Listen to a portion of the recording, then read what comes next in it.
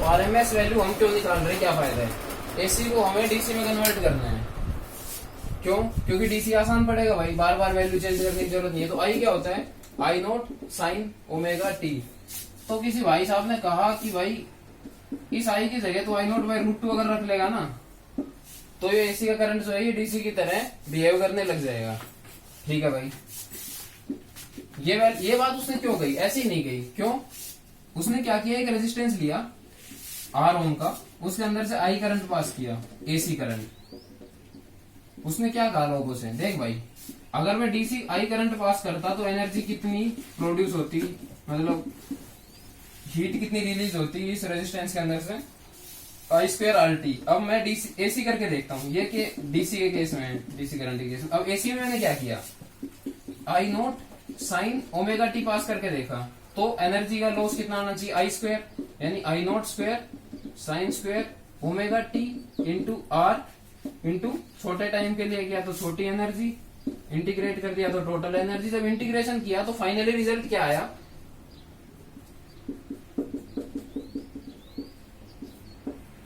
आदमी बड़ा समझदार था वो, इसने ये रिजल्ट देखा। ये रिजल्ट देख के उसने कहा यार ये कहीं तो देखा है मैंने।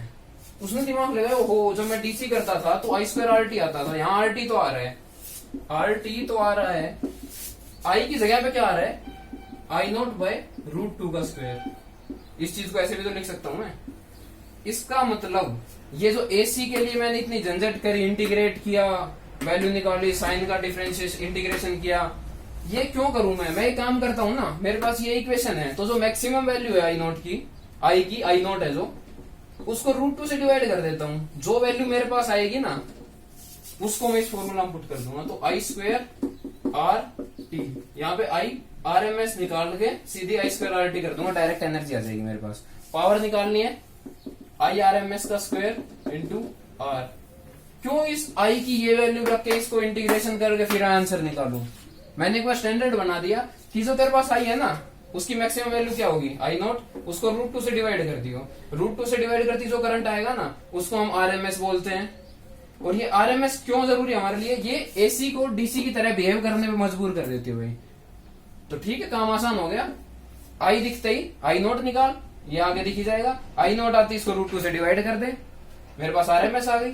आरएमएस आते ही मैं क्या करूंगा, जो डीसी के फॉर्मूले थे उन सब में आई आरएमएस वी जहां पे है वहां पे वी आरएमएस के फॉर्मूले यूज करूंगा और हर एक क्वेश्चन को सोल्व कर सकता हूं। इसलिए आरएमएस वैल्यू निकालनी हमारे लिए काफी मददगार साबित हुई, काम आसान कर दिया इसने।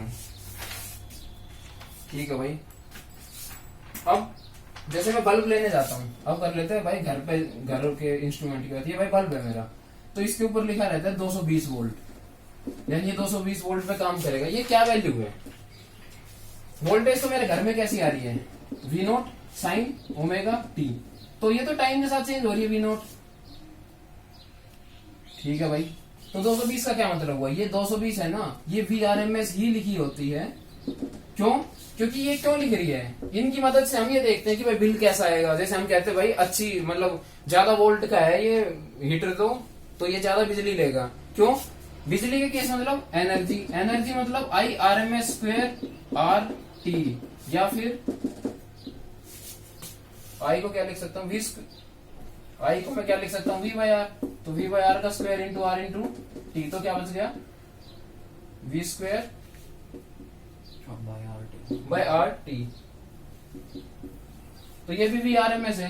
तो अगर मुझे वी आर एम एस पता है तो मैं ये बता सकता हूँ मेरी भाई एनर्जी ज्यादा रिलीज होगी या नहीं। ये वी आर एम एस अगर ज्यादा हुआ तो एनर्जी का ज्यादा लॉस होगा, यूनिट ज्यादा आएगी घर में, भाई साहब बिल ज्यादा आएगा, घर वाले गाली देंगे और कुछ नहीं है। तो वी आर एम एस, ये वी आर एम एस लिखी हुई है बल्ब पे, वी नोट क्यों नहीं लिखी हुई? वी नोट का मुझे फायदा क्या है, वी नोट पर बता दी भाई 311 वोल्ट है, इससे मैं क्या कर दूंगा, पावर तो मेरी कौन डिसाइड करेगी, वी आर एम एस। इसलिए उन्होंने काम आसान कर दिया, वी आर एम एस ही दे रखा है। अगर वी नोट दिए रखता बल्ब पे, मान ले वी नोट 311 वोल्ट देने लग जाए, तो मैं घर आऊंगा, घर आके इस वी नोट को रूट 2 से डिवाइड करके देखूंगा और पापा को बताऊंगा कि भाई ये तो वी आर एम एस जो है ना 311 नहीं है 220 वोल्ट है, तो इसके हिसाब से हमारे बिल आएगा, ना कि इसके हिसाब से। तो बल्ब पे जो वैल्यू लिखी रहती है ये सारी क्या लिखी रहती है, आरएमएस। आरएमएस को कैसे निकाल सकता है, V naught by root 2। V RMS निकालने का फायदा क्या हो गया, डीसी की तरह हम सारे फॉर्मूला वही पुराने लगा सकते हैं। तो वी नोट की पीक वैल्यू है, वी नोट का एक पीक वैल्यू जो 311 वोल्ट आती है हमारे घर पे। क्यों? क्योंकि 220 वोल्ट तो बिजली आती है, मतलब आरएमएस इंटू रूट 2 कर दें, ये क्या आ जाएगी वी नोट। वी नोट की वैल्यू आती है 311। अब एक क्वेश्चन पूछते हैं कई लोग कि मान ले भाई मेरे करंट लग गया, मेरे क्यों भाई, चल तुम्हारे लग गया, ठीक है, कितना लगा? एक तो लगा 220 वोल्ट का डीसी, और एक लगा, एसी को रिप्रेजेंट करने का तरीका क्या होता है, ये सांप लेटा देते हैं इस सर्कल के अंदर, तो ये 220 वोल्ट एसी लगा। कौन सा ज्यादा खतरनाक होगा? एसी ज्यादा खतरनाक होगा। क्यों? ये तो 220 वोल्ट है, 220 वोल्ट ही है, लेकिन जो ये 220 वोल्ट दे रखी है ये हमेशा आरएमएस होती है, तो इसकी पीक वैल्यू क्या होगी 311 वोल्ट। तो मुझे तकलीफ 220 ज्यादा देगी या 311? एक टाइम तो ऐसा आएगा 220 311 हो जाएगी, 311 का झटका लगेगा या 220 का लगेगा, तो जो एसी होगा वो खतरनाक होता है, उसका करंट तो वो ज्यादा डैमेज कोज करता है। तो ये था मोटा मोटा एसी का कि क्या कुछ है, आरएमएस क्या होती है और वीआरएमएस क्या होती है, आईआरएमएस क्या होती है, क्यों निकालते हैं, ठीक है।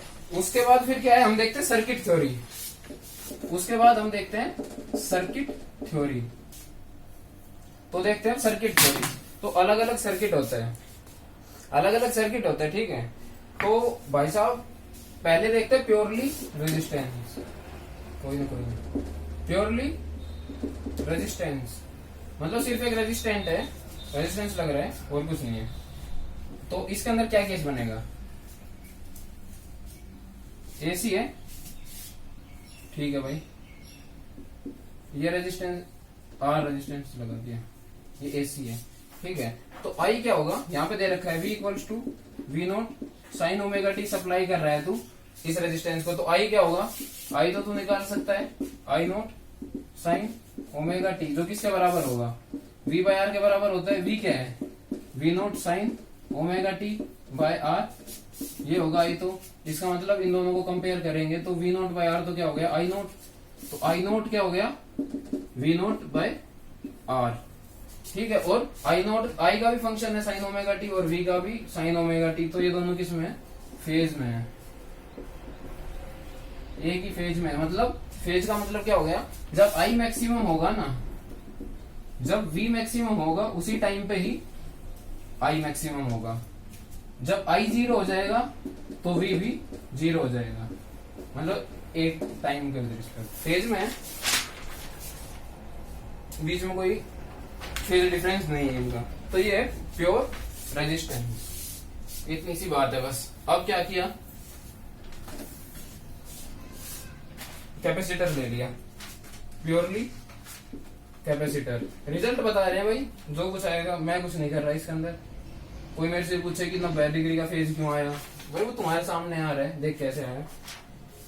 इसके अंदर V दे रखा है मेरे से, फिर से तो मैं Q निकाल सकता हूँ। इसके ऊपर Q कितना चार्ज एक्यूमुलेट होगा, C इंटू वी, तो Q क्या हो गया C इंटू वी, मतलब V naught sine omega T. बहुत सही भाई। मुझे क्या चाहिए, करंट और V का रिलेशन, तो I निकालना पड़ेगा। तो I क्या होता है d q by d t, तो d by d t of Q, Q क्या हो गया C we naught sine omega t, इसी है। C तो कांस्टेंट है, बाहर आ गया, तो I की वैल्यू क्या आ गई C वी नोट कांस्टेंट हो गया, और क्या आ गया ओमेगा टी का डिफरेंशिएशन, डिफरेंशिएशन तो आना चाहिए, ओमेगा क्या आ गया बाहर आ गया, और कोस ओमेगा टी। इसको मैं क्या लिख सकता हूं, C we naught omega into cos omega T को क्या लिख सकता हूं, sine omega T plus pi by 2।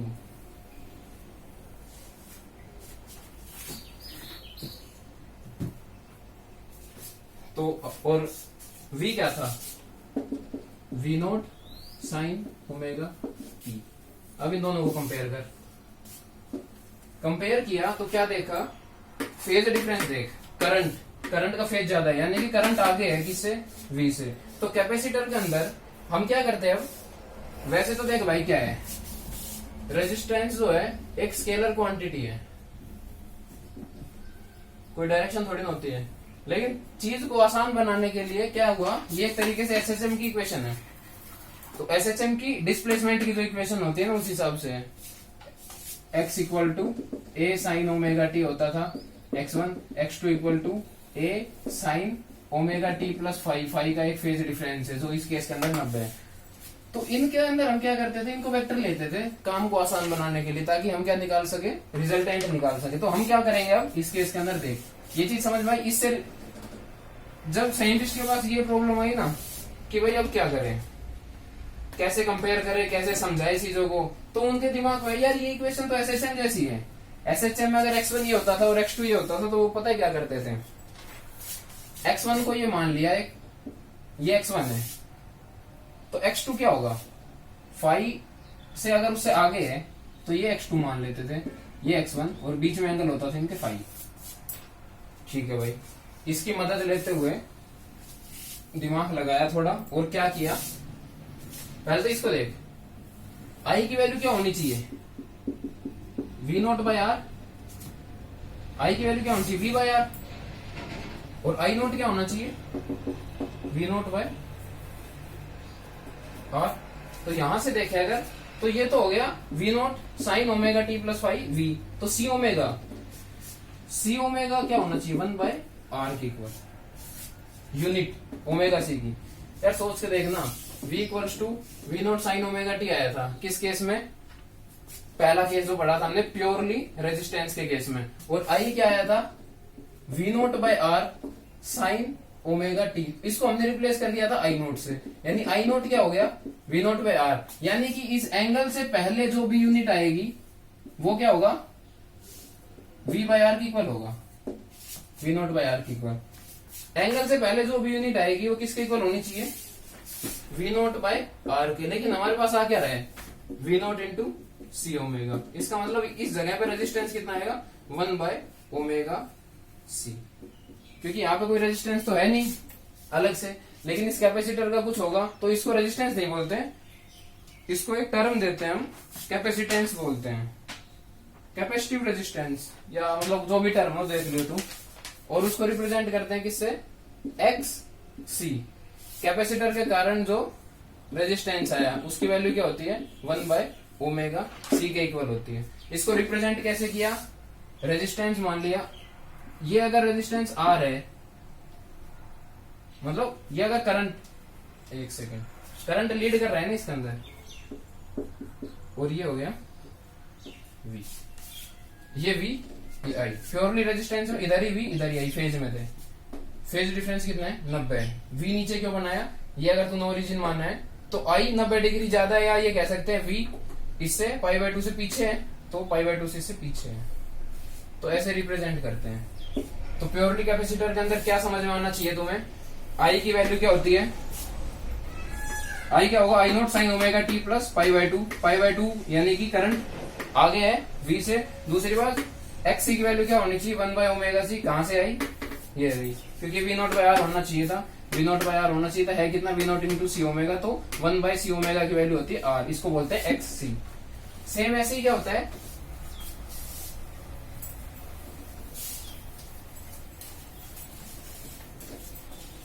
Same ऐसे होता है प्योरली इंडक्टिव सर्किट, सिर्फ एक इंडक्टर लगा हुआ है, एसी सप्लाई दी, इंडक्टर लगा हुआ है, तो सीधी सी बात है V equals to V naught sine omega t दे रखा है इसने, ठीक है।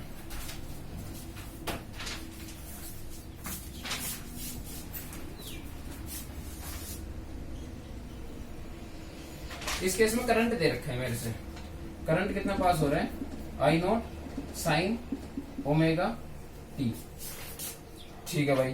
कंडक्टर का क्रॉस, एक इंडक्टर का क्रॉस वोल्टेज कितनी होती है, L di/dt का पढ़ा था हमने सेल्फ इंडक्टेंस के अंदर। तो अगर मैं वोल्टेज निकालने की कोशिश करूंगा तो मेरे पास एक तो आ गया L इंटू आई, क्या हो गया, आई नोट साइन ओमेगा टी, जब dt के रिस्पेक्ट उसको डिफरेंशिएट किया मैंने तो मेरे पास रिजल्ट क्या आया,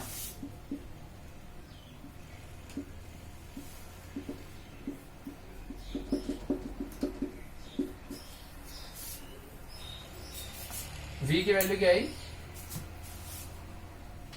आई naught L omega sine omega T plus 5/2।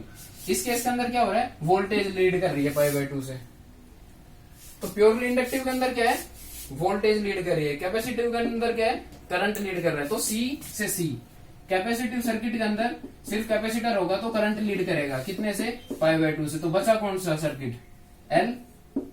Inductive circuit के अंदर वोल्टेज लीड करेगी, कितने से, π/2 से। प्योरली रेजिस्टेंस के अंदर दोनों फेज में रहेंगे, तो फेज डिफरेंस 0। तो इनको यूं रिप्रेजेंट करेंगे, इसमें अगर ये करंट है तो ये V होगा, इस केस के अंदर अगर ये करंट है तो V ऊपर बनेगा। ये इसका फेजर डायग्राम हो गया, यानी ऐसा डायग्राम जिससे हमने फेज एक्सप्लेन कर दिया कि π/2 से होता है। और देख V क्या होता है, V0 sin omega T. V0 क्या होता है, I0 इंटू आर। तो एंगल से पहले की टर्म ये क्या होगी, I0 इंटू आर। यहाँ पे क्या है, I0 इंटू ओमेगा एल, किसके बराबर होनी चाहिए, I0 इंटू आर के बराबर, रिजल्ट के हिसाब से। तो आर की वैल्यू क्या आ गई, ओमेगा एल।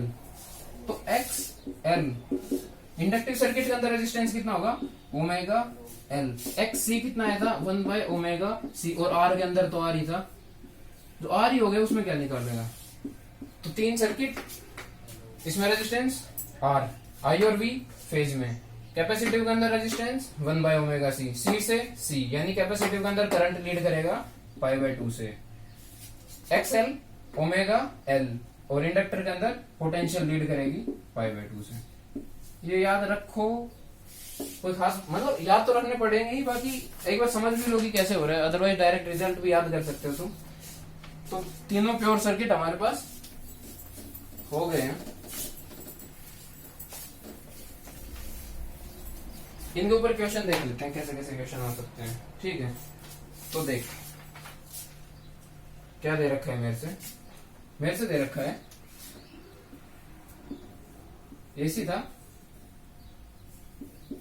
कौन सा सर्किट है दिमाग में आना चाहिए, कैपेसिटिव सर्किट आती है, दिमाग में क्या आना चाहिए, एक्सी बराबर 1/ओमेगा सी, और सी से सी यानी कि करंट लीड करेगा π/2 से।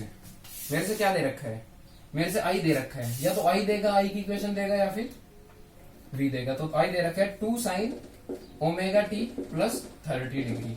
यहां से तू क्या क्या निकाल सकता है, आई क्या होता है, स्टैंडर्ड से कंपेयर करेगा, I0 sin ओमेगा टी। तो I0 कितना दे रखा है, 2। तो कोई तेरे से IRMS पूछे तो तू कितना बताएगा, I0/√2, 2/√2, यानी कि आ गया √2, ठीक है। तेरे से कोई क्या पूछे, XC पूछ ले कैपेसिटिव के अंदर, तो क्या होगा आंसर, 1/ओमेगा सी। ओमेगा दे रखा होगा, ओमेगा ही है, सी की वैल्यू कुछ दे रखी होगी, तो यहां से तू XCV निकाल सकता है, ठीक है। V की इक्वेशन पूछे, V की जनरल इक्वेशन लिख दो तुम, V0 sin omega T.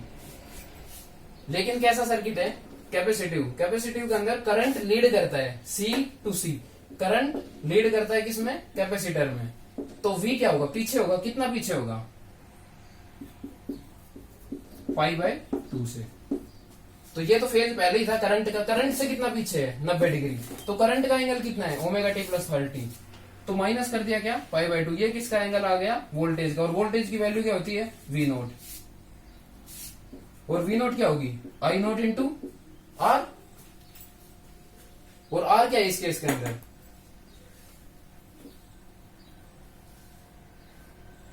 One by omega C sine omega T minus 90 में से 60 है, 90 में से 30 है 60। ये इक्वेशन पूछ सकते तेरे ज्यादा से ज्यादा। तेरे से क्या पूछ सकता है, IRMS पूछ सकता, कैसे निकालेंगे। इक्वेशन थी आई पता था, I0 पता था, I0 पता था तो √2 कर दिया, IRMS आ गया, IRMS आ गया। यहाँ पे तेरे पास V0 की वैल्यू क्या होगी, I0 इंटू आर, आर क्या हो गया 1/ओमेगा सी। तो तेरे पास V0 भी आ गया, V0 आ गया तो, और VRMS पूछा है तो V0/√2 कर दे। यहाँ से क्या आ जाएगा, VRMS, IRMS आ गया, VRMS आ गया। तो तेरे से पावर वगैरह पूछ सकता है। पावर के लिए कोस थीटा और होता है पावर फैक्टर, उसको हम अगले टॉपिक में कवर करेंगे, ठीक है। तो कुछ भी बता सकता है तू, सिर्फ एक ही क्वेश्चन से, सिर्फ यही क्वेश्चन दे रखी थी मेरे से, तो इससे मैंने क्या निकाला, ये ओमेगा होता है, ओमेगा पता चल गया, सी क्वेश्चन में दे रखा है ओमेगा और सी पता है, तो 1/ओमेगा सी पता चल गया, तो एक्सी पता चल गया, एक्सी पता चल गया, तो आई नॉट इंटू एक्सी क्या होता है वी, क्योंकि वी क्या होता है आई इंटू आर, यहाँ पे आर क्या है रेजिस्टेंस तो है नहीं कोई अलग से, इसका ही रेजिस्टेंस को हम तो एक्सी बोलते हैं, एक्सी की वैल्यू तो 1/ओमेगा सी थी, 1/ओमेगा सी आती क्या आ गया एक्सी, एक्सी आ गया, आई नॉट आ गया तो क्या आ गया वी नॉट आ गया, √2 से डिवाइड कर दिया क्या आ गया वी आर एम एस आ गया, आई आर एम एस आ गया। किसी ने कही वी की इक्वेशन लिख, वी की इक्वेशन क्या होगी वी नॉट क्या हो गया आई नॉट इंटू एक्सी की वैल्यू 1/ओमेगा सी, तो ये तो पूरी यूनिट वो टर्म होगी omega sorry V naught into sine omega T plus 30 तो क्या था करंट से कितना पीछे होता है वोल्टेज 90 डिग्री, तो माइनस ओमेगा टी, कुछ भी पूछ सकता है तू, कुछ भी बता सकता है इस इक्वेशन से। तो ऐसे एक क्वेश्चन और देख लेते हैं इसी हिसाब से, प्योरली कैपेसिटिव का देखा, प्योरली इंडक्टर का और देख लेते हैं। एल दे रखा है मान ले, कुछ भी दो मान ले, अब क्या दे रखा है ई दे दिया यानी कि वोल्टेज दे दी, ई अभी तुम समझ जाना 10 साइन ओमेगा टी प्लस 150। सवाल देखते ही मेरे दिमाग में पता है क्या आता है, पहले तो ये देख सर्किट क्या है प्योरली इंडक्टिव के अंदर X L resistance due to inductor क्या होता है ओमेगा एल, मुझे पता है भाई, एल के अंदर वोल्टेज लीड करती है कितने से π/2 से, बस तुम्हें ये दो चीज पता होना चाहिए, तुम सब कुछ निकाल सकते हो। बेसिक इक्वेशन से कंपेयर करिए क्या होता है वी नॉट, तो वी नॉट की वैल्यू क्या होगी 10, वी नॉट बाई √2 क्या होता है वी आर एम एस, जो किसके इक्वल होगी 10/√2 के इक्वल, वी नॉट आ गई भाई। अब वी नॉट ये थी, वी आर एम एस आ गई, वी नॉट क्या होता है आई नॉट इंटू आर, इस केस में आर क्या है यानी एक्सएल क्या है ओमेगा इंटू एल, तो आई नॉट की वैल्यू क्या हो गई V naught by omega L, कोई दिक्कत नहीं है। मुझे इक्वेशन किसकी लिखनी है, मेरे से टारगेट दिया गया है आई की इक्वेशन लिख, तो मैं बेसिक देख क्या होता है I naught sine omega T plus 150 minus 90 degree, I naught sine और फेज कितना होता है जितना वोल्टेज का है उससे 90 कम, क्योंकि वोल्टेज 90 डिग्री आगे है, तो वोल्टेज का कितना है WT plus 150 omega T plus 150 minus 90 कर दिया, तो ये क्या बचा I equals to I naught क्या हो गया I naught v naught by omega L, v naught क्या था 10 बाय ओमेगा, क्वेश्चन में गिवन होगा एल, क्वेश्चन में गिवन है 2 omega sine omega T plus 60 degree, ये आई नॉट की वैल्यू आ गई, आई नॉट बाय √2 कर देगा तो आई आर एम एस आ जाएगी, तो कुछ भी पूछे तो बता सकता है प्योरली इंडक्टिव और प्योरली कैपेसिटिव सर्किट के अंदर। अब क्या किया, एक एक स्टेप आगे बढ़ाता चला गया, अब दो चीजें लेने लग गया। कौन सा सर्किट लिया आरसी सर्किट, क्या बड़ी बात है, बेसिक सीख लेंगे सवाल कर देंगे। आरसी सर्किट क्या है, आरसी सर्किट ये कहता है एक आर है एक सी है, क्या कहता है नाम से पता चल रहा है, एक आर है एक सी है, ठीक है भाई, इसका रेजिस्टेंस आर है इसका रेजिस्टेंस सी है, तो यहां पे वोल्टेज कितनी दी, करंट दे रखा है I naught sine omega T, ठीक है भाई, तो ये करंट इस सर्किट में से पास हो रहे हैं, यहां से निकल रहे हैं, सीरीज में है दोनों, तो जो करंट यहां से पास होगा वही करंट यहां से पास होगा, तो ये करंट यहां से पास हुआ तो यहाँ पे कुछ पोटेंशियल ड्रॉप होगी, उसको मैंने VR नाम दिया और इसको VC नाम दिया, वोल्टेज ड्रॉप हुई R के अक्रॉस, R के कारण, V ड्रॉप हुई C के कारण, तो VR की वैल्यू क्या होगी I इंटू आर, आई क्या हो गया I naught sine omega t into r, phase का कोई लफड़ा ही नहीं है रेजिस्टेंस के अंदर, जिस फेज में वोल्टेज है उसी फेज में करंट है, तो वोल्टेज में भी साइन ओमेगा टी है, इस आर को आगे लिख ले समझ नहीं आ रहा, तो वोल्टेज में भी साइन ओमेगा टी है, आई में भी साइन ओमेगा टी है, बिल्कुल कोई दिक्कत नहीं है। रेजिस्टेंस के अंदर तो क्या था फेज 0 था, अब फेज 90 है, तो VC देखते हैं कितना है, VC की वैल्यू कितनी होनी चाहिए,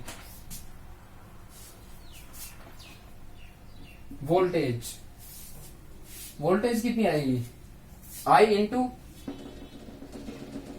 एक्सी, भाई इसका रेजिस्टेंस अलग से होगा ना, करंट यहां पे आया आई मल्टीप्लाई बाय ये मल्टीप्लाई है ये एक्सी है, आई मल्टीप्लाई बाय, क्योंकि V तो क्या होता है आई इंटू आर, तो आई तो क्या हो गया I naught sine omega T. लेकिन सी कैपेसिटिव सर्किट के अंदर करंट लीड करता है। करंट कितने से लीड करता है? पाई बाय 2 से। तो अगर इसका साइन ओमेगा टी है तो v क्या आना चाहिए? Sine omega T minus pi by 2 multiply by x c. X c की वैल्यू क्या होनी चाहिए?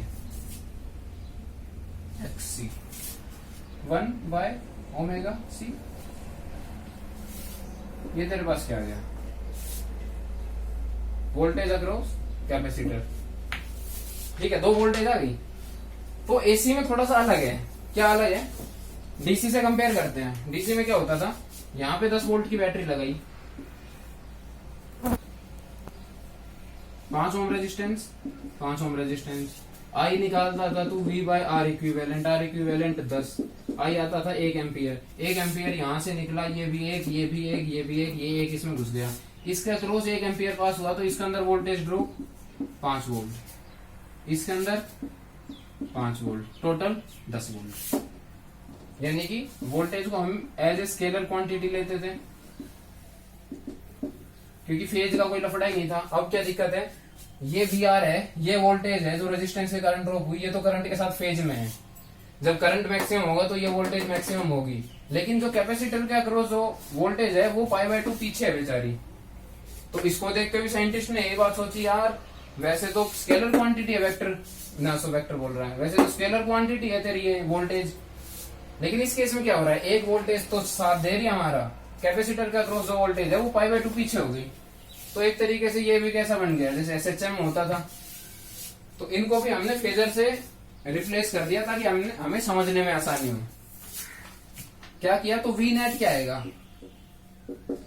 VR plus VC। Direct add नहीं कर सकते, क्यों?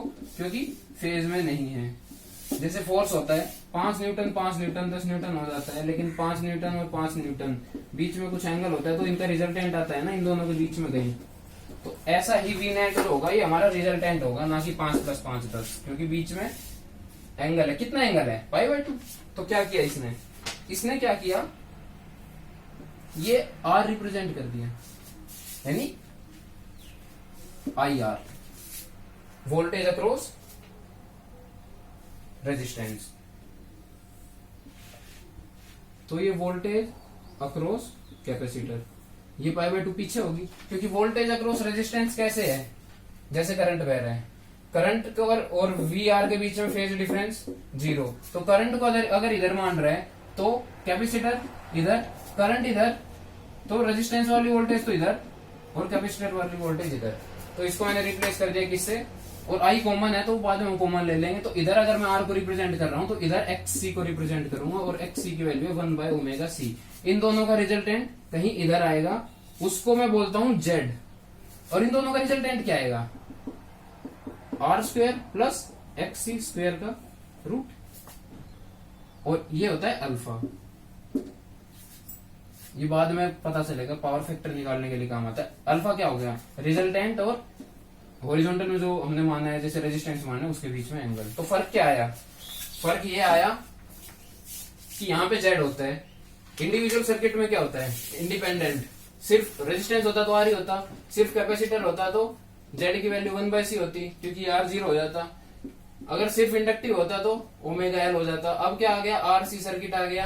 R का जो करंट है, R का जो वोल्टेज है वो तो करंट के साथ फेज में है, पर इसका जो वोल्टेज है वो करंट से पीछे है, कितना, पाई बाय 2, यानी करंट आगे है पाई बाय 2। तो अगर ये मैंने रिप्रेजेंट किया R को, तो इसका जो रेजिस्टेंस है XC वो मैं पाई बाय 2 पे पीछे करूंगा, क्योंकि इसकी वोल्टेज पीछे है। इनका रिजल्टेंट निकाला तो आया Z, ये एंगल बोलते हैं हम अल्फा, Z की वैल्यू आ गई ये। न्यूमेरिकल करते हैं, मस्त समझ में आएगा, किसी को समझ में नहीं आया तो कोई दिक्कत नहीं। तो कुल मिला के मेरे पास क्या आ गया, न्यूमेरिकल थोड़ी देर में देखते हैं। V नेट क्या आ गया, VR प्लस RC। मान ले V नोट इंटू V क्या हो गया, I नोट इंटू R होता है, पर यहाँ R क्या है, Z इस केस में, और Z क्या है, R² plus 1 by omega C² का रूट। तो IZ साइन ओमेगा टी। अगर I की वैल्यू क्या होती है, I naught sine omega T होती है ना। तो यहाँ क्या होता है, V equals to V naught sine omega T plus minus alpha कर ले। अभी मैं जो बात बता रहा हूँ वो समझ। नहीं सॉरी, इस केस में तो हमेशा ही क्या रहेगा, इस केस में तो हमेशा ही माइनस अल्फा रहेगा। क्यों? क्योंकि ये तेरा आर, ये तेरा 1/ωc जिसको तू XC बोलता है। रिजल्टेंट कहाँ आएगा? आर से पीछे तो आएगा अल्फा। तो करंट तो यहाँ है और जो नेट वोल्टेज आई है वो इधर आई है, तो अल्फा एंगल पीछे है ना वोल्टेज। तो प्योरली कैपेसिटिव के अंदर वोल्टेज पीछे थी 90 डिग्री से, अब कहाँ है? अल्फा से। ये अल्फा कुछ भी हो सकता है, वो इन वैल्यू के ऊपर डिपेंड करते हैं। तो यहाँ आएगा अल्फा। ठीक है, अब देखते हैं न्यूमेरिकल प्रॉब्लम। और इस जेड को बोलते हैं इम्पीडेंस। इम्पीडेंस बोलते हैं। इम्पीडेंस का मतलब ये नहीं कि आर स्क्वायर प्लस 1/ωc का स्क्वायर होगा और उसका रूट। आरसी सर्किट के लिए ये होगा, हर एक सर्किट के लिए इम्पीडेंस अलग होता है। बट ओवरऑल आप ये याद रखो कि इम्पीडेंस क्या होता है? इम्पीडेंस होता है टोटल रेजिस्टेंस, पूरा नेट रेजिस्टेंस एक सर्किट के अंदर कितना होता है। तो इसके अंदर हम एक न्यूमेरिकल प्रॉब्लम देख लेते हैं, फिर सही समझ में आएगा। तो मान ले भाई, नोट करने की जरूरत है नहीं, टेलीग्राम पे मिल जाएंगे आपको नोट्स। तो अब भाई 4 ओम का एक रेजिस्टेंस है और C की वैल्यू XC दे रखा है 3 ओम।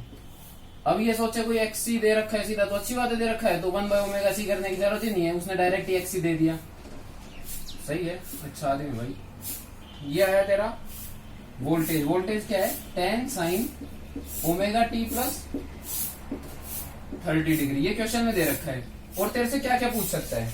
तेरे से क्या क्या पूछा है देख, जेड, तेरे से ERMS पूछी या फिर VRMS, तेरे से IRMS पूछा, तेरे से I नॉट पूछा, तेरे से I की इक्वेशन पूछी टाइम के रिस्पेक्ट। तो पहले जेड निकाल। AC की सबसे अच्छी बात पता है क्या है? आप सर्किट देख के ना ये सोचो कि सर्किट कौन सा है और उसके हिसाब से फॉर्मूले याद करो। फॉर्मूले क्या मतलब जो भी चीजें आपको याद है। RC सर्किट है, RC के लिए जेड क्या होगा? जैसे ही सर्किट का पता चल जाए ना, ये डायग्राम बना लियो करो, आपका हर क्वेश्चन सॉल्व हो जाएगा। इस केस के अंदर ये आर है, ये होता है XC। पता ही है तुम्हें, आर तो करंट की डायरेक्शन में है और वोल्टेज करंट से 90 पीछे है। आरसी के अंदर यही तो होता है। ठीक है भाई, तो आर की वैल्यू कितनी दे रखी है? 4। XC की वैल्यू कितनी दे रखी है? 3। 4 और 3 रिजल्टेंट आ गया यहाँ पे कहीं, कितना आया? 5। तो जेड की वैल्यू कितनी आ गई? 5। ये आ गई 5। तेरे पास जेड आ गया। यहां से साफ पता चल रहा है वी नोट कितना है? 10। तो VRMS कितनी है? 10/√2। तो वी नोट 10 है। वी नोट बाय जेड क्या होता है? आई नोट। वी नोट पता है, जेड पता है, तो क्या आ गया? आई नोट। पता चल जाएगा, आई नोट आ गया तो आई नोट बाय√2 कर दे, IRMS पता चल गई। तो तुझे IRMS पता चल गया, आई नोट पता चल गई, VRMS पता चल गई और जेड पता चल गई। बची है IT। तो आई क्या होगा? आई नोट साइन